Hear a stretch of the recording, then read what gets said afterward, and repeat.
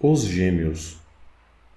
Quando conheci os gêmeos, John e Michael, em 1966, em um hospital psiquiátrico, eles já eram célebres. Haviam se apresentado no rádio e na televisão e haviam sido tema de minuciosos informes científicos e populares. Eu desconfiava que eles tinham, inclusive, penetrado na ficção científica, um tanto ficcionados, mas essencialmente, conforme havia sido retratado nas descrições publicadas, os gêmeos, na época estavam com 26 anos. Viviam em asilo desde os 7 anos de idade, sob diagnósticos variados, como autistas, psicóticos e gravemente retardados. A maioria dos informes concluía que, em se tratando de idiotas sábios, nada havia de muito especial neles, exceto por sua notável memória documental para os mínimos detalhes de sua própria experiência e seu uso de um algoritmo inconsciente de calendário que lhes permitia dizer de imediato em que dia da semana cairia uma data no futuro ou no passado distante. Essa é a opinião de Stephen Smith em seu livro abrangente e imaginativo, The Great Mental Calculus, de 1983. Pelo que eu sabia, não houve outros estudos sobre os gêmeos depois de meados dos anos 60, sendo o breve interesse que despertaram dissipado pela aparente solução dos problemas que apresentavam. Mas isso, a meu ver, é um equívoco, talvez natural, considerando a abordagem estereotipada, o formato fixo das questões, a concentração em uma ou outra tarefa presentes nas primeiras investigações sobre os gêmeos, que os reduziam à sua psicologia, seus métodos, sua vida a quase nada. A realidade é muito mais estranha, muito mais complexa, muito menos explicável do que se sugere qualquer um desses estudos. Porém, é impossível até mesmo vislumbrá-la por meio de testes formais, dinâmicos ou pela usual entrevista dos gêmeos no estilo 60 minutos. Não que qualquer um desses estudos ou apresentações na TV esteja errado. Eles são muito aceitáveis, com frequência informativos no que se propõe a fazer, porém restringem-se à superfície óbvia e passível de serem testadas, não se aprofundando, nem mesmo dando a entender, ou talvez supondo que existe algo além. De fato, não obtemos indício algum de haver algo mais profundo, a menos que deixemos de testar os gêmeos e considerá-los sujeitos de experiência.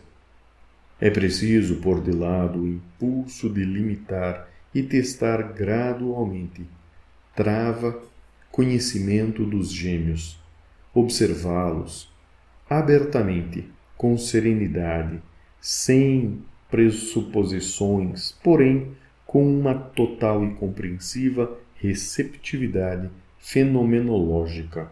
Enquanto eles vivem, pensam e interagem tranquilamente, tratando da própria vida com espontaneidade em sua maneira singular, descobrimos então que existe algo extraordinário, misterioso em ação, poderes e intensidades de um tipo talvez fundamental, os quais não fui capaz de desvendar ao longo desses 18 anos em que os conheço. De fato, eles não têm de extraordinário à primeira vista. Absolutamente nada. São uma espécie de os gêmeos de Alice no País das Maravilhas.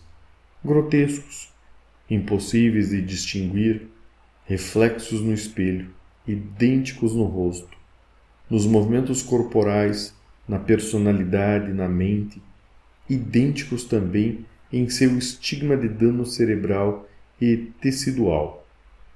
Tem estatura muito baixa, cabeça e mãos tremendamente desproporcionais, palato e pés muito arqueados, voz esganecida e monótona, uma profusão de tiques e maneirismo muito peculiares e uma fortíssima miopia degenerativa, requerendo óculos tão grossos que fazem seus olhos parecerem distorcidos e lhes dá uma aparência de absurdos professorzinhos, examinando de perto e apontando, com uma concentração mal dirigida, obsessiva e absurda.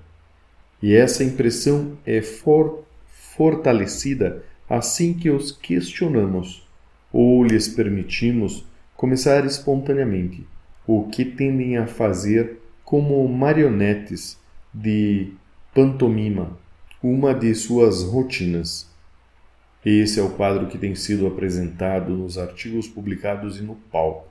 Eles tendem a ser apresentados no show anual do hospital em que trabalho e em suas não raras e muito embaraçosas aparições na TV. Os fatos, nessas circunstâncias, são demonstrados até se tornarem monótonos. Os gêmeos pedem: diga-nos uma data, qualquer data nos últimos ou próximos 40.000 anos. Uma data é mencionada e quase instantaneamente eles informam em que dia da semana ela cairá. Outra data. Abrandam eles, e a proeza se repete. Eles repetem, dizem a data da Páscoa durante o mesmo período de 80.000 anos. Podemos observar, embora isso não seja normalmente mencionado nos relatórios, que os seus olhos movem-se e se fixam de maneira singular quando se dedicam a essa operação, como se estivessem desenrolando ou examinando minuciosamente uma paisagem interior, um calendário mental. Parece estar vendo, visualizando intensamente, apesar de ter sido concluído que se tratava de puro cálculo. Sua memória para algarismos é notável e possivelmente limitada. Eles repetem o número de 3 dígitos, de 30 dígitos, de 300 dígitos, com a mesma facilidade. Também isso foi atribuído a um método. Mas quando alguém testa sua habilidade para calcular, a típica especialidade de prodígios em aritmética e calculadores mentais, os seus resultados são espantosamente ruins. Tão ruins quanto o seu QI de 60 nos faria imaginar. Eles são incapazes de fazer corretamente adições e subtrações simples, e nem sequer conseguem compreender o que significa multiplicação ou divisão. O que é isso? Calculadores que não sabem calcular e não têm as mais rudimentares habilidades aritméticas? E, no entanto, eles são chamados de calculadores de calendário e tem sido inferido ou aceito praticamente sem fundamento que não se trata absolutamente da memória em ação, mas do uso de um algoritmo inconsciente para cálculos de calendários. Quando lembramos que até Carl Friedrich Gauss, ao mesmo tempo um dos maiores matemáticos e peritos em cálculo, teve enorme dificuldade para descobrir um algoritmo para a data da Páscoa, torna-se impossível acreditar que esses gêmeos, incapazes mesmo dos mais simples métodos aritméticos, poderiam ter inferido, descoberto e empregado um algoritmo desses. E verdade que muitos calculadores possuem um repertório mais amplo de métodos e algoritmos que descobriram para o uso próprio, e talvez isso tenha predisposto Horwitz a concluir que valia também para os gêmeos. Steve Smith, interpretando ao pé da letra esses estudos iniciais, comentou: algo misterioso, embora banal, está em ação aqui. A misteriosa habilidade humana para formar algoritmos inconscientes com base em exemplos. Se isso fosse tudo, eles de fato poderiam ser vistos como banais e não como um mistério, pois o cálculo de algoritmos que uma máquina pode fazer com precisão é essencialmente mecânico e pertence à esfera dos problemas, mas não dos mistérios. Contudo, mesmo em algumas das apresentações dos gêmeos, em seus truques, há uma qualidade que espanta. Eles são capazes de dizer como estava o tempo e quais foram os eventos de qualquer dia de suas vidas, qualquer dia a partir de seus 4 anos de idade. Sua maneira de falar, bem descrita por Robert Silverberg em seu retrato de personagem Melágio, é ao mesmo tempo infantil, detalhada e desprovida de emoção.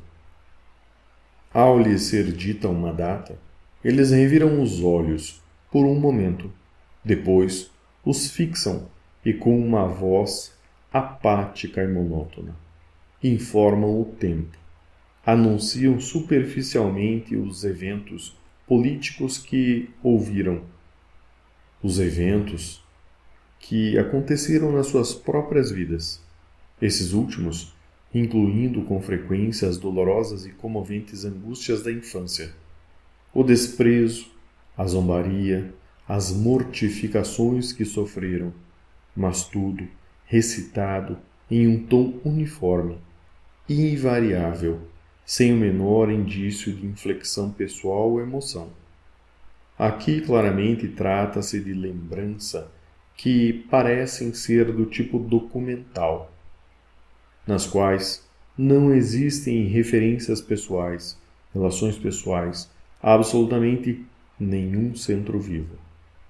Poderíamos afirmar que os envolvimentos pessoal, a emoção, foram apagados dessas lembranças, no modo defensivo que podemos observar em tipos obsessivos ou esquizoide. E os gêmeos, sem dúvida, devem ser considerados obsessivos e esquizoides, mas poderíamos afirmar igualmente, e na verdade com mais plausibilidade, que lembranças desse tipo nunca tiveram caráter pessoal, pois isso é, de fato, uma característica fundamental de uma memória eidética como a deles. Mas o que precisa ser ressaltado é que é insuficientemente salientado por quem os estudou, que, embora perfeitamente óbvio para um ouvinte ingênuo disposto a se maravilhar, é a magnitude da memória dos gêmeos, sua extensão aparentemente ilimitada, ainda que infantil e banal, e com ela o modo como as lembranças são recuperadas. E se lhes perguntamos como é que conseguem reter tanto na mente um número como com 300 dígitos ou os trilhões de eventos de 4 décadas, eles dizem simplesmente: nós vemos tudo isso e vemos visualizar com fidelidade. Parece ser a chave de tudo. Parece ser uma capacidade fisiológica inata de suas mentes, de um modo que guarda certas analogias com a maneira como o famoso paciente A.R. Luria, descrito em The Menost via, embora talvez os gêmeos falte a rica sinestesia e organização consciente das lembranças do mnemonista.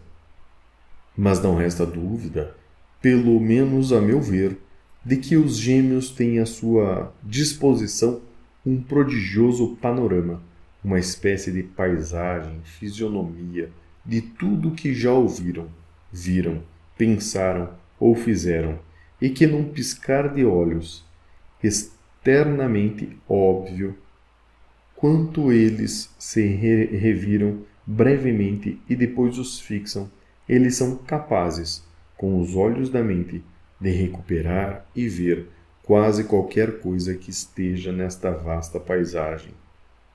Tais poderes de memória são raríssimos, porém não únicos. Pouco ou nada sabemos das razões por que os gêmeos ou qualquer outra pessoa os tem. Haverá então alguma coisa nos gêmeos que seja de um interesse mais profundo, como vim inusitando? Acreditamos nessa insinuação? Acredito que sim. Conta-se que o Sr. Albert Oakley, professor oitocentista de música em Edimburgo, ao ser levado a uma fazenda e ouvir um porco guinchar, brandou no mesmo instante, sol sustenido. Quando correu para o piano, e era sol sustenido mesmo. Minha primeira impressão nas capacidades naturais e no modo natural dos gêmeos veio de maneira semelhante, espontânea, e não pude deixar de sentir bastante cômica. Uma caixa de fósforo que estava em cima da mesa caiu, e o conteúdo espalhou-se no chão. 111, gritaram os gêmeos simultaneamente. A seguir, John disse baixinho: 37. Michael repetiu esse número. John disse-o pela terceira vez e parou. Contei os fósforos. Demorei um pouco. Havia 111. Como conseguiram contar os fósforos tão depressa? Perguntei. Não contamos. Eles responderam. Nós vimos os 111. Histórias semelhantes contam-se a respeito de Zacarias Daisy, o prodígio dos números que declarava instantaneamente 183 ou 79 quando se derramava um punhado de ervilhas e indicava do menor modo possível. Ele também era deficiente mental, que não tinha contado as ervilhas, mas apenas visto o número delas, num todo, de relance. E por isso vocês murmuraram 37 e repetiram isso 3 vezes? Perguntei aos gêmeos. Eles responderam em uníssono: 37, 37, 37, 111. E isso eu achei ainda mais intrigante. Se possível o fato deles verem 111, a condição de 111 em um lampejo era extraordinário, mas talvez não mais extraordinário que o sol sustenido de Oakley. Uma espécie de tom absurdo para números, por assim dizer.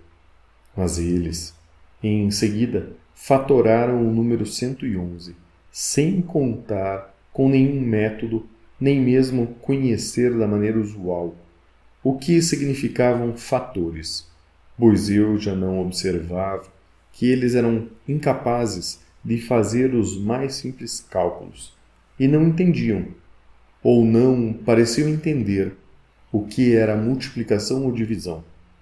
E, no entanto, ali, espontaneamente, eles haviam dividido um número composto em 3 partes iguais. Como foi que vocês calcularam isso? Perguntei. Ardendo de curiosidade, eles indicaram do melhor modo que puderam, em termos pobres, insuficientes, mas talvez não hajam palavras que recomponham as coisas assim, que tinham calculado, apenas visto aquilo num lampejo.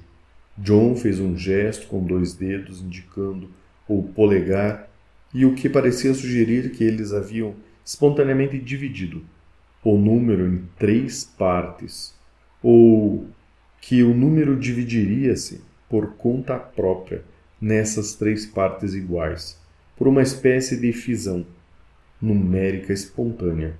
Eles pareciam surpresos diante de minha surpresa, como se eu fosse cego de alguma forma, e o gesto de John transmitiu um extraordinário senso de realidade imediata, sentida. Será possível, pensei comigo, que eles possam, de algum modo, ver as propriedades, não da maneira conceitual, abstrata, mas como qualidades sentidas, sensíveis, de algum modo imediato, concreto, e não simplesmente qualidades isoladas, como a qualidade de 111, mas qualidades de relações, talvez mais ou menos do mesmo modo como Sir Herbert Oakley teria dito numa terça ou numa quinta. Eu já chegara à ideia, com base na visão de eventos e datas pelos gêmeos, de que eles podiam reter na mente, que haviam retido uma imensa tapeçaria mnemônica, uma vasta ou possivelmente infinita paisagem na qual tudo podia ser visto, isoladamente ou em relação. Era o isolamento, em vez de um senso de relação, que eram primordialmente exibido quando eles despejavam seu implacável documentário, desordenado, mas não poderiam. Esses prodigiosos poderes de visualização, poderes essencialmente concretos e muito distintos da capacidade de conceituar, dar-lhes o potencial de ver relações formais, relações de forma, arbitrárias ou significativas. Se eles podiam ver a qualidade de 111 em um lampejo, se podiam ver toda a constelação de números, não poderiam também ver num lampejo, ver, reconhecer, relacionar e comparar de modo inteiramente sensitivo e não intelectual formações e constelações de números enormemente complexas? Uma habilidade ridícula, até mesmo incapacitante, pensei no Funes de Borges. No nós de enlace, podemos perceber 3 corpos em uma mesa, funes todas as folhas, gravinhas e frutos que compõem uma videira, um círculo desenhado no quadro negro, um retângulo de ângulo reto, um losango. Todas essas são formas que podemos entender intuitivamente e por completo. Irineu podia fazer o mesmo com uma emaranhada erma de um pônei, com uma manada de gado no colma. Não sei quantas estrelas ele era capaz de enxergar no céu. Poderiam os gêmeos, que pareciam ter uma singular paixão pelos números e domínios dos mesmos, poderiam eles, que tinham visto a qualidade de 111 num relance, talvez ver as suas mentes, uma videira numérica, todas as folhas, números, gravinhas, números, frutas, números que a compunham, uma ideia estranha, talvez absurda, quase impossível, mas o que eles já me haviam mostrado era tão estranho que quase não se prestava à compreensão, e pelo que eu soube, aquilo era tão somente um indício mínimo do que eles podiam fazer. Refleti sobre o assunto, mas ele quase não permitia reflexões. Depois, deixei-o de lado, esqueci-o, até que me deparei, totalmente por acaso, com uma segunda cena espontânea, uma cena mágica. Nessa segunda vez, eles estavam sentados, juntos em um canto, com um sorriso misterioso, secreto, um sorriso que eu nunca tinha visto antes, desfrutando o estranho prazer e paz que agora pareciam ter. Furtivamente, para não os perturbar, eu me aproximei. Pareciam absortos e uma conversa singular, puramente numérica. John dizia um número de 6 dígitos. Michael ouvia, sentia, assentia com a cabeça, sorria e parecia saborear o número. Em seguida, ele próprio dizia um número de 6 dígitos. E dessa vez era John quem o recebia, Apreciava com prazer. À primeira vista, lembravam os dois com Senier, provando o vinho, compartilhando gostos raras apreciações. Sentei-me quieto, sem que eles me vissem, hipnotizado, perplexo. O que eles estavam fazendo? Que diabos estava acontecendo? Eu não conseguia entender. Talvez se tratasse de algum tipo de jogo, mas tinha uma gravidade, intensidade, uma espécie de intensidade serena. Meditava e quase sagrada, que eu nunca vira em nenhum jogo comum e que certamente nunca vira antes dos gêmeos, normalmente tão agitados e distraídos. Contentei-me com anotar os números que eles diziam, números que manifestam-lhes proporcionavam tanto prazer que eles contemplavam, saboreavam, compartilhavam em comunhão. Teriam aqueles números algum significado? Perguntei-me a caminho de casa. Seriam algum tipo real ou universal? E se é que tinham algum, apenas um sentido, estapafúrdio ou particular, como as línguas secretas e tolas que os irmãos e irmãs às vezes inventam para si mesmos? E dirigindo de volta para casa pensei nas gêmeas de Lúria. Lyosha e Yura, gêmeas idênticas, com dano cerebral e na fala, e em como elas brincavam e tagarelavam entre si em uma língua própria, primitiva, balbuciante. John e Michael nem sequer estavam usando palavras ou meias palavras. Simplesmente jogavam números um para o outro. Seriam números borgenses ou funesianos, meras videiras numéricas, crinas de pônei ou constelações, formas numéricas primitivas, uma espécie de jargão numérico conhecida apenas pelos gêmeos? Assim que cheguei, fui buscar tabelas de potências, fatores, logaritmos, números primos, lembranças e relíquias de um período singular e isolamento de minha infância, quando eu também fora uma espécie ruminante de números, um vidente de números, nutrido por esses uma paixão peculiar. Eu já tinha um palpite e então confirmei. Todos os números de 6 dígitos que os gêmeos tinham compartilhado eram primos, ou seja, números que só podem ser divididos em partes iguais por eles mesmos, ou por um.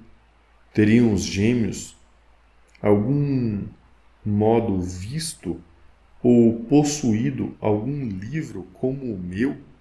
Ou estariam de algum modo inimaginável vendo números primos, mais ou menos da mesma forma que eles tinham visto a qualidade de 111 ou a triplicidade de 37?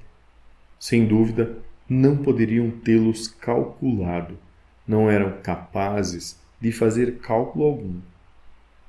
Voltei à enfermaria no dia seguinte, levando comigo o precioso livro dos números primos. Novamente os encontrei encerrados em sua comunhão numérica, mas dessa vez sem nada a dizer. Juntei-me a eles de mansinho.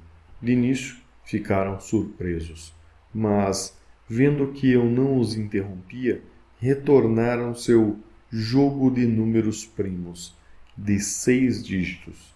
Após alguns minutos, decidi tomar parte e arrisquei dizer um número primo de 8 dígitos.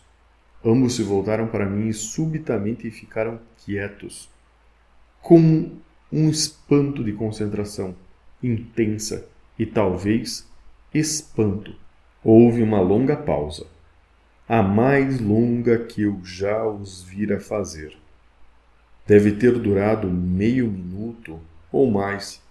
Então, de súbito, simultaneamente os dois abriram um sorriso. Depois de alguns inimaginável processo de tese, eles, de repente, haviam visto o meu número de 8 dígitos como um número primo, e isso manifestadamente era para eles um grande prazer, um duplo prazer. Primeiro, porque eu introduzi um delicioso brinquedo novo, um número primo de uma ordem que eles nunca haviam encontrado antes.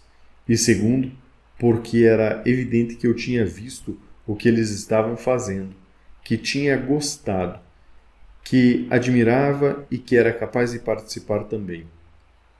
Os dois se afastaram ligeiramente um do outro, dando lugar para mim, um novo colega de brincadeiras numéricas, um terceiro em seu mundo. Em seguida, John, que sempre saía na frente, pensou por um tempo muito longo. Depois de ter sido pelo menos 5 minutos, embora eu não ousasse me mexer e mal respirasse, e enunciou um número de 9 dígitos. Depois de um tempo semelhante, seu irmão gêmeo, Michael, respondeu com um número do mesmo tipo. E então, eu, na minha vez, depois de olhar furtivamente o livro, acrescentei minha própria e desonesta contribuição, um número primo de 10 dígitos. Fez-se novamente por um tempo ainda mais longo um silêncio repleto de fascinação e inquietude. Em seguida, John, depois de uma prodigiosa contemplação interna, saiu-se com um número de 12 dígitos. Esse eu não tinha como verificar, e assim não pude responder à altura, pois meu livro, que, pelo menos que eu sabia, era o único do seu gênero, que não ia além dos números primos de 10 dígitos. Mas Michael mostrou-se apto para um desafio, embora demorasse 5 minutos, e 1 hora mais tarde, os gêmeos estavam trocando números primos de 20 dígitos, e pelo menos supus que fosse isso, pois não havia meio de comprovar. Também não existia uma maneira fácil em 1966. Sem ter à disposição um computador sofisticado. E mesmo então teria sido difícil, pois quer usemos o crivo de Eratóstenes ou qualquer outro algoritmo, não existe um método simples de calcular números primos. Não existe um método simples para os números primos dessa ordem. E, no entanto, os gêmeos os estavam descobrindo. Novamente pensei em Daisy. Porque quem eu tinha lido antes no fascinante livro Human Personality? Sabemos que Daisy, talvez o mais bem-sucedido desses prodígios, era singularmente desprovido de compreensão matemática. Apesar disso, em 12 anos ele produziu tabelas de fatores e números primos para o 7º e quase todo o 8º milhão, uma tarefa que poucos homens poderiam ter realizado sem auxílio mecânico ao longo de um período normal de vida. Portanto, conclui Myers, ele pode ser considerado o único homem a ter prestado um valioso serviço à matemática, sem ser capaz de entender os conceitos matemáticos simples. O que Myers não esclarece é que talvez não estivesse claro. Era se Daisy possuía algum método para produzir as tabelas. Como sugerido em seu simples experimento de ver números, ele, de algum modo, via aqueles grandes números primos, como aparentemente os gêmeos viam. Observando-os discretamente, isso era difícil de fazer, pois eu tinha uma sala na enfermaria onde os gêmeos estavam alojados. Vi-os em inúmeros outros tipos de jogos numéricos, em comunhão numérica, cuja natureza não pude apurar ou mesmo supor. Mas parece provável, ou certo, que eles estejam lidando com propriedades ou qualidades reais. pois o arbitrário com os números aleatórios não lhes dá prazer ou lhes dá muito pouco. Está claro que eles pareciam ter sentido em seus números do mesmo modo, talvez como um músico precisa ter harmonia. De fato, me surpreendi comparando-os a músicos, ou Martin, também retardado, como encontrava na serena e magnífica arquitetônica de Bach uma manifestação sensível da suprema harmonia e ordem do mundo, inacessível para ele conceitualmente, devido às suas limitações intelectuais. Todo aquele que é composto harmonicamente, escreve Sir Thomas Browne, deleita-se com a harmonia e uma profunda contemplação do primeiro compositor. Há nela algo da divindade mais do que descobre o ouvido. É uma hieróglifa, uma obscurecida lição sobre todo o mundo, uma pequenina seção de harmonia que soa intelectualmente nos ouvidos de Deus. A alma é harmônica e tem sua finalidade mais estreita com a música. Richard Owen, em The Third of, faz uma distinção absoluta entre cálculos e o que ele denomina estados mentais icônicos. Antevê uma possível objeção a tal distinção. Alguém poderia contestar o fato de que todos os cálculos são icônicos, alegando que, quando a pessoa calcula, às vezes o faz visualizando o cálculo em uma página. Mas isso não constitui uma contra-exemplo, pois o que está apresentando em tais casos não é o cálculo em si, mas uma representação do mesmo. Os números é que são calculados, mas os que se visualiza são os numerais que representam os números. Leibniz, por outro lado, apresentou uma instigante analogia entre números e música. O prazer que obtemos da música vem de contar, mas contar inconscientemente. A música nada mais é do que a aritmética inconsciente. Até onde podemos apurar qual é a situação dos gêmeos e talvez de outros? O compositor Ernest Top contou-me seu neto, Lawrence Letcher, conseguia prontamente reter na memória, depois de ouvir uma única vez uma série muito longa de números, mas fazia isso convertendo a sequência de números em uma melodia que ele próprio criava, correspondendo aos números. Jedediah Buxton, calculador dos mesmos elegantes, mas dos mais tenazes de todos os tempos, que tinha uma grande, até mesmo patológica, paixão por cálculos e computos, ele ficava, em suas próprias palavras, bêbado de contar, convertia música e drama em números. Segundo um relato contemporâneo sobre ele, escrito em 1754, durante a dança ele fixava a atenção no número de passos. Depois de um belo trecho musical, declarava que os números som produzidos pela música o haviam deixado imensamente perplexo, e ia até mesmo assistir às peças do Sr. Garrick só para contar as palavras que ele proferia, no que afirmava ter pleno êxito. Eis um belo, ainda que extremo, par de exemplos: o músico que transforma números em música e o perito em contar que transforma a música em números. Fica-se com a impressão de que é impossível encontrar tipos, mentes mais opostos, ou, pelo menos, estilos mentais mais opostos. A meu ver, os gêmeos, que têm uma sensibilidade extraordinária para os números, sem serem capazes de calcular coisa alguma, têm nesse aspecto uma finalidade, não como Buxton, mas como Toque, exceto, e isso nas pessoas comuns, achamos difícil imaginar, pelo fato de que eles não convertem números em música, mas realmente sentem os números em si mesmos, como formas, como tons, como a numerosíssima forma que compõe a própria natureza.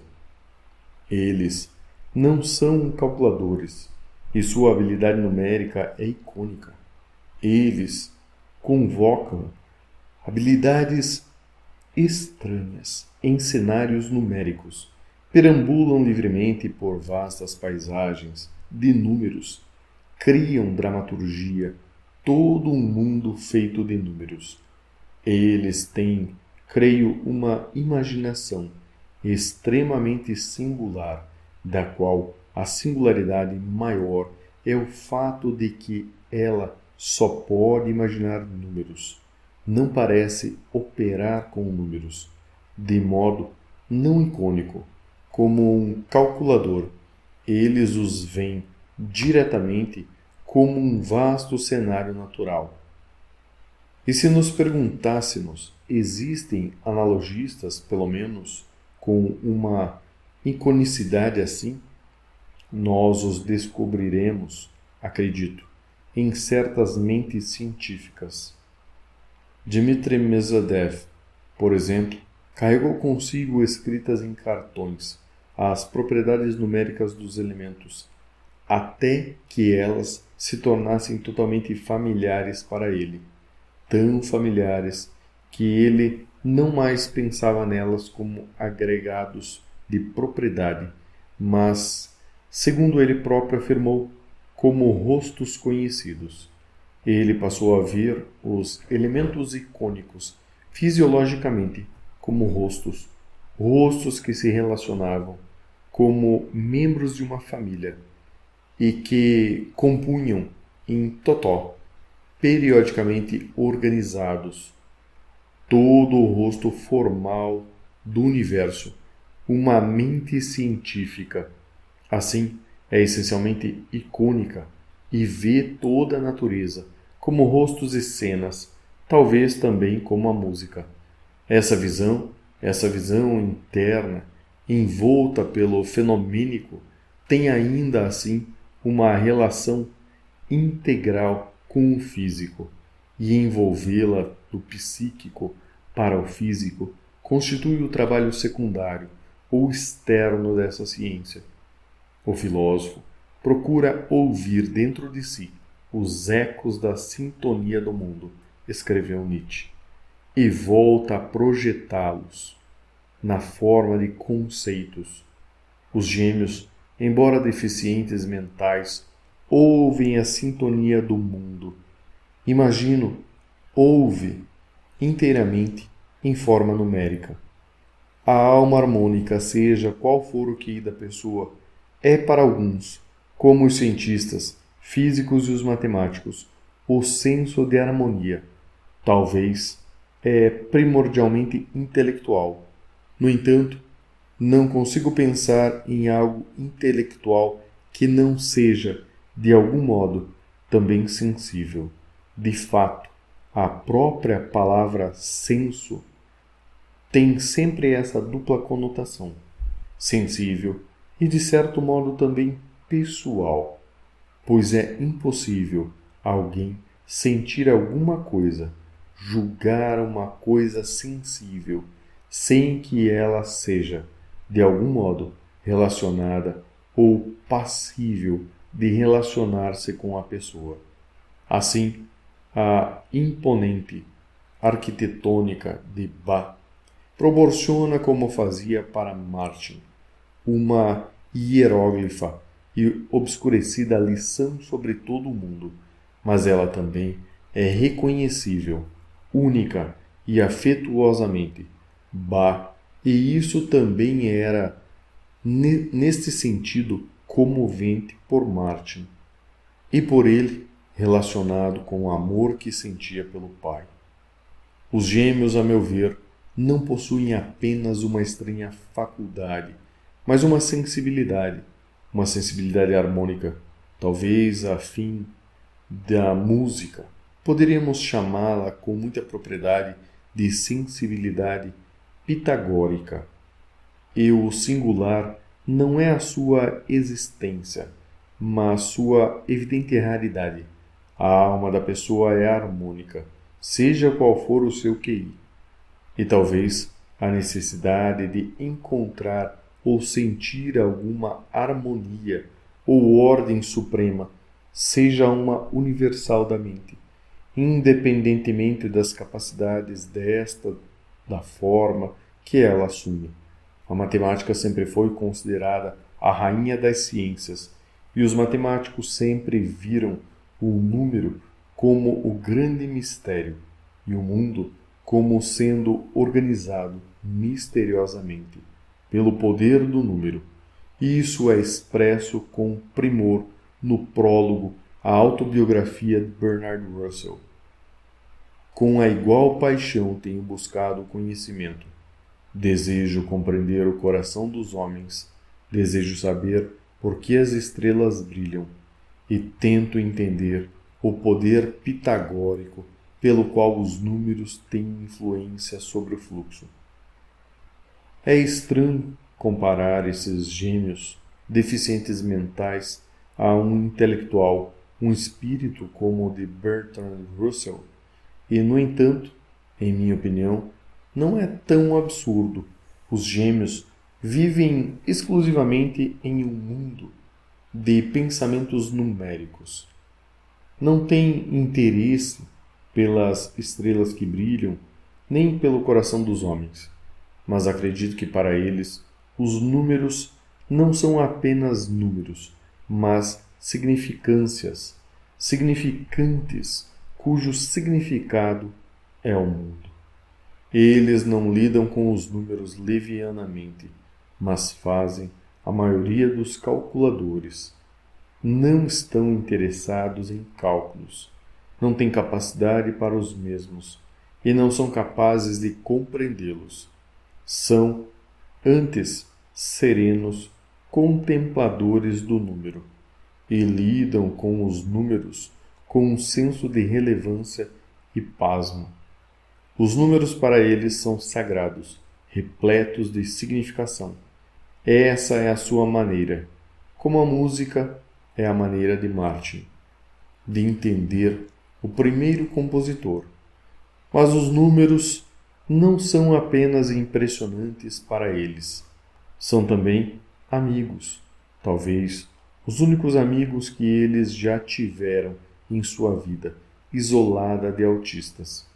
Esse é um sentimento muito comum nas pessoas que têm um dom para os números. Steve Smith, embora considerasse o método o mais importante, fornece muitos exemplos fascinantes disso. George Parker Bidder, que escreveu sobre a sua primeira infância numérica, adquiri total familiaridade com os números até 100. Eles se tornaram, por assim dizer, meus amigos, e eu conhecia todos os parentes e conhecidos. O contemporâneo Sian Marat, da Índia. Quando digo que os números são meus amigos, quero dizer que, em alguma época passada, lidei com aqueles números específicos, de várias maneiras, e que, muitas ocasiões, descobri novas e fascinantes qualidades nele ocultas. Assim, em um cálculo, deparo com um número conhecido. Imediatamente o vejo como um amigo. Hermann von Holtz, discorrendo sobre a percepção musical, afirma que, embora tons compostos possam ser analisados e divididos em seus componentes, eles são normalmente ouvidos como qualidades únicas de tom. todos indizíveis. Ele fala nesse sentido de uma percepção sintética que transcende, e a análise e a essência é impossível de analisar de todo o senso musical. Compara esses tons a rostos e reflete que podemos reconhecê-los mais ou menos da mesma maneira pessoal. Em suma, parece sugerir que os tons musicais e certamente as melodias são de fato rostos para os ouvidos e são reconhecidos, sentidos imediatamente como pessoas ou como tendo qualidades de pessoa. Um reconhecimento que implica afeto, emoção, relação pessoal. Isso parece ocorrer com os que amam os números.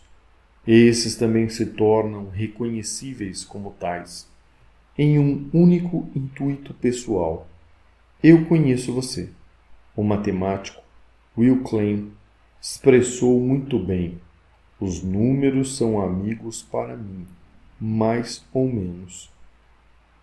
Para você, 3.844 não significa o mesmo, não é? Para você, é apenas 1, 3, 1, 8, 1, 4 e outro 4. Mas eu digo, olá, 62 ao quadrado. Acredito que os gêmeos aparentemente tão isolados vivem num mundo cheio de amigos, tendo milhões, bilhões de números, aos quais dizem olá, e que tenho certeza respondem olá para ele. Mas nenhum dos números é arbitrário como 62 ao quadrado. Nem esse é um mistério. Se chega a ele por algum dos métodos usuais ou por qualquer método que eu consiga discernir, os gêmeos parecem empregar uma cognição direta. Como anjos, eles veem diretamente um universo e um sem de números. E isso, embora singular, embora bizarro, mas que direito temos de achá-lo patológico, proporciona uma singular autossuficiência e serenidade às suas vidas, e poderia ter trágico interferir nelas e destruí-las. Essa serenidade de fato foi interrompida e destruída 10 anos mais tarde, quando se julgou que os gêmeos deviam ser separados para seu próprio bem, a fim de prevenir sua prejudicial comunicação entre si, e que pudessem sair e enfrentar o mundo de um modo adequado, socialmente aceitável, segundo o explicado pelo jargão médico e sociológico. Assim, foram separados em 1977, com resultados que podem ser considerados tanto gratificantes como calamitosos. Ambos foram transferidos para semi-internatos e executam trabalhos simples e subalternos em troca de um pagamento mínimo, sob estrita supervisão. Eles são capazes de tomar ônibus se forem cuidadosamente orientados e receberem um passe para pagar a comunicação, a condução, e de se manter moderadamente apresentáveis e limpos, embora seu caráter de retardados mentais e psicóticos ainda seja reconhecível à primeira vista. Esse é o lado positivo, mas também há um lado negativo, não mencionado em suas fichas, pois antes de mais nada, como nunca reconhecidos, privados da comunhão numérica entre si e de tempo e oportunidades para qualquer contemplação ou comunhão, sempre sendo apressados e empurrados de uma tarefa para outra. Eles parecem ter perdido sua estranha capacidade numérica, e com ela o principal prazer e sentido de suas vidas. Mas isso é considerando um pequeno preço a ser pago, sem dúvida, por se terem tornado semi-independentes e socialmente aceitáveis. E isso nos lembra um pouco o tratamento dado a Nadia, criança autista com um dom fenomenal para o desenho. Nadia também foi submetida a um regime terapêutico para encontrar maneiras nas quais as suas potencialidades em outras direções poderiam ser maximizadas. O efeito líquido foi que ela começou a falar e parou de desenhar. Nigel Dennis comenta: ficamos com um gênio que teve seu gênio removido, nada restando além de uma deficiência generalizada. O que devemos pensar de uma cura assim tão curiosa? Cabe acrescentar, esse é um aspecto ressaltado por F. Myers, cuja reflexão sobre os prodigiosos numéricos abre o seu capítulo sobre gênios. Que essa faculdade é estranha e pode desaparecer espontaneamente, embora com a mesma frequência seja vitalícia. No caso dos gêmeos, obviamente, não se tratava apenas de uma faculdade,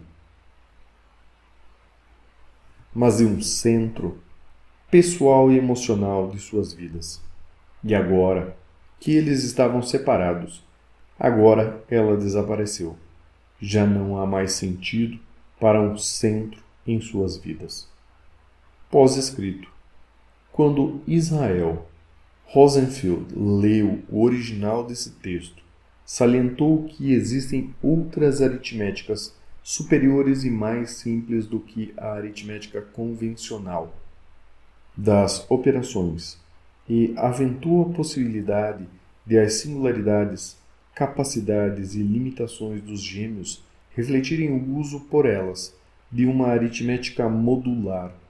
Desse tipo, em um bilhete ele escreveu: ele sugeriu que os algoritmos modulares, do tipo descrito por Ian Schwartz em Concept of Modern Mathematics, de 1975, poderiam explicar as habilidades dos gêmeos como calendário.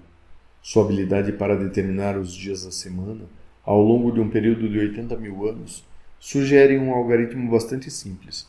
Divide-se o número total de dias entre o agora e o então, por 7. Se não houver resto, a data cai no mesmo dia que agora.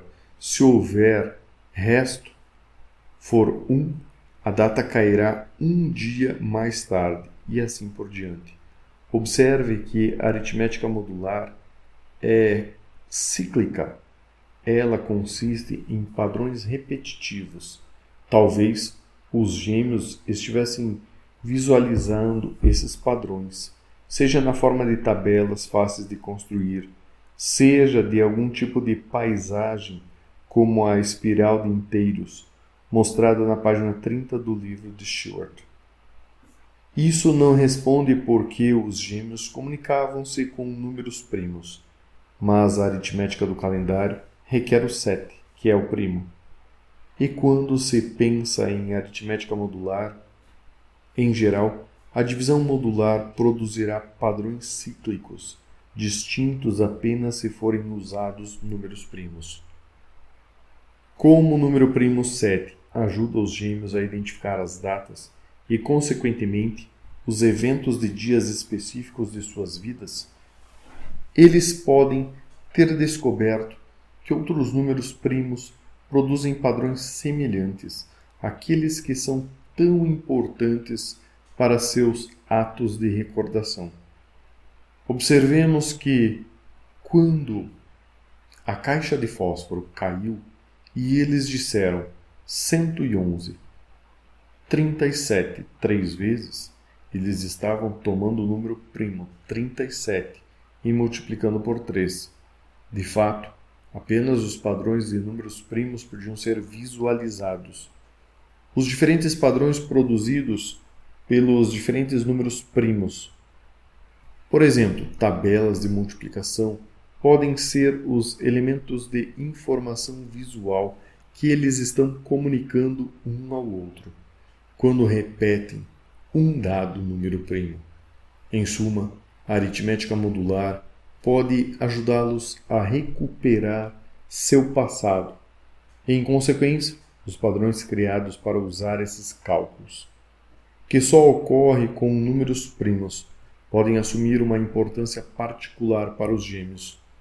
Com o uso de uma aritmética modular, como essa ressalta Stewart, pode-se chegar com rapidez a uma solução única que não presta a nenhuma aritmética ordinária, em especial visando exatamente pelo chamado Pig-on-All Principle, o princípio da classificação sistemática, números primos extremamente grandes e incomputáveis por métodos convencionais.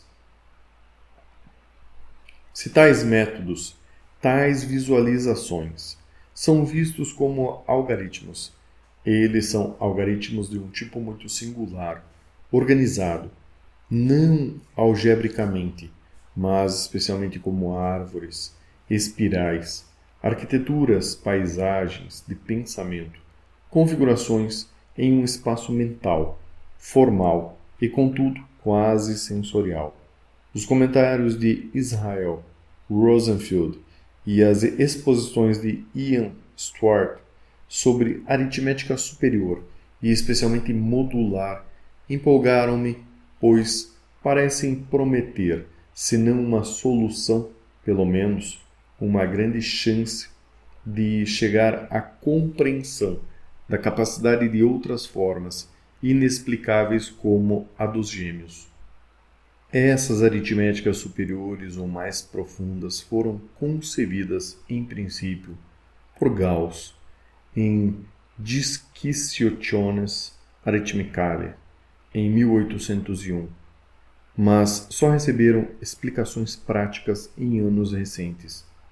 Não se pode deixar de pensar que talvez exista uma aritmética convencional, ou seja, uma aritmética de operações muitas vezes irritante para o professor e para o aluno, antinatural e difícil de aprender, e também uma aritmética íntima, do tipo descrita por Gauss, que pode ser verdadeiramente inata ao cérebro, tão inata quanto a gramática sintática e generativa íntima de Chomsky.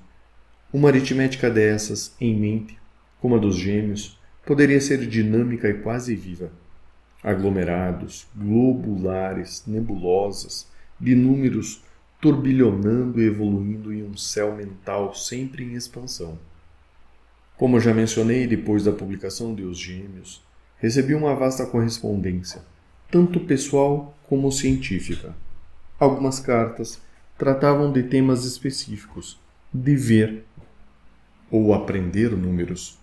Outras, do sentido ou importância que pode haver nesse fenômeno. Outras ainda, do caráter geral de inclinações e sensibilidades autistas, e como elas podem ser incentivadas ou inibidas. E, finalmente, outras da questão dos gêmeos idênticos. Especialmente interessantes foram as cartas de pais de crianças. Desse tipo, as mais raras e notáveis, provenientes de pais que tinham sido eles próprios forçados a refletir e pesquisar e que haviam conseguido combinar o mais profundo sentimento e envolvimento com uma acentuada objetividade.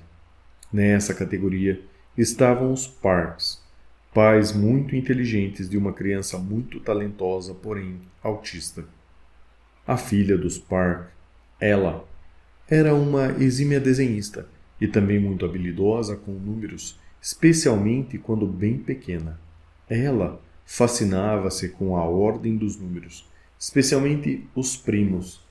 Estes sentimentos singulares pelos números primos, evidentemente, não é raro.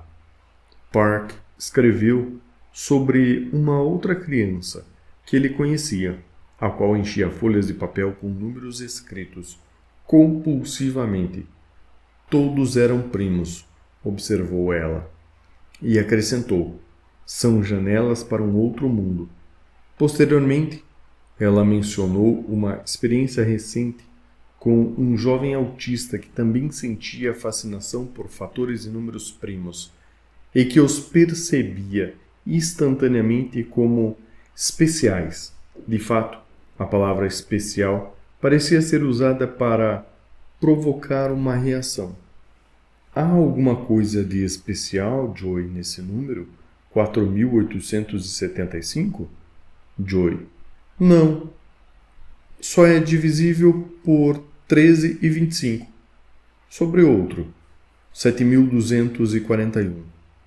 É divisível por 13 e 557. E sobre 8.741. É um número primo. Park comenta: ninguém na família dele incentivava seus números primos. Eles são um prazer solitário. Não está claro nesses casos o modo como se chega às respostas, quase instantaneamente. Se elas são pensadas, conhecidas, lembradas ou de alguma forma apenas vistas. O que está claro é o singular senso de prazer e significação ligado aos números primos. Parte disso também deve-se a um senso de beleza formal e simetria. Para uma outra parte também há um singular significado ou potencial associativo. E isso com frequência foi considerado mágico.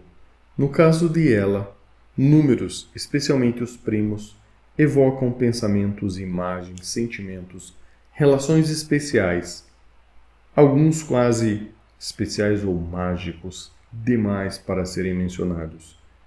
E isso é bem descrito no artigo de Parker. Kurt Golden, em uma maneira muito abrangente, expôs com os números, em especial os primos, podem servir como marcadores para ideias, pessoas, lugares, qualquer coisa. E esse marcador godeliano abriria caminho para uma aritmetização ou numeralização do mundo. Se isso realmente ocorre, é possível que os gêmeos e outros como eles não meramente vivam em um mundo de números, mas em um mundo no mundo, com números, sendo sua mediação ou brincadeira numérica uma espécie de meditação existencial, e, se for possível, alguém entendê-la ou encontrar a chave, como David Parker às vezes consegue, também uma estranha, precisa comunicação.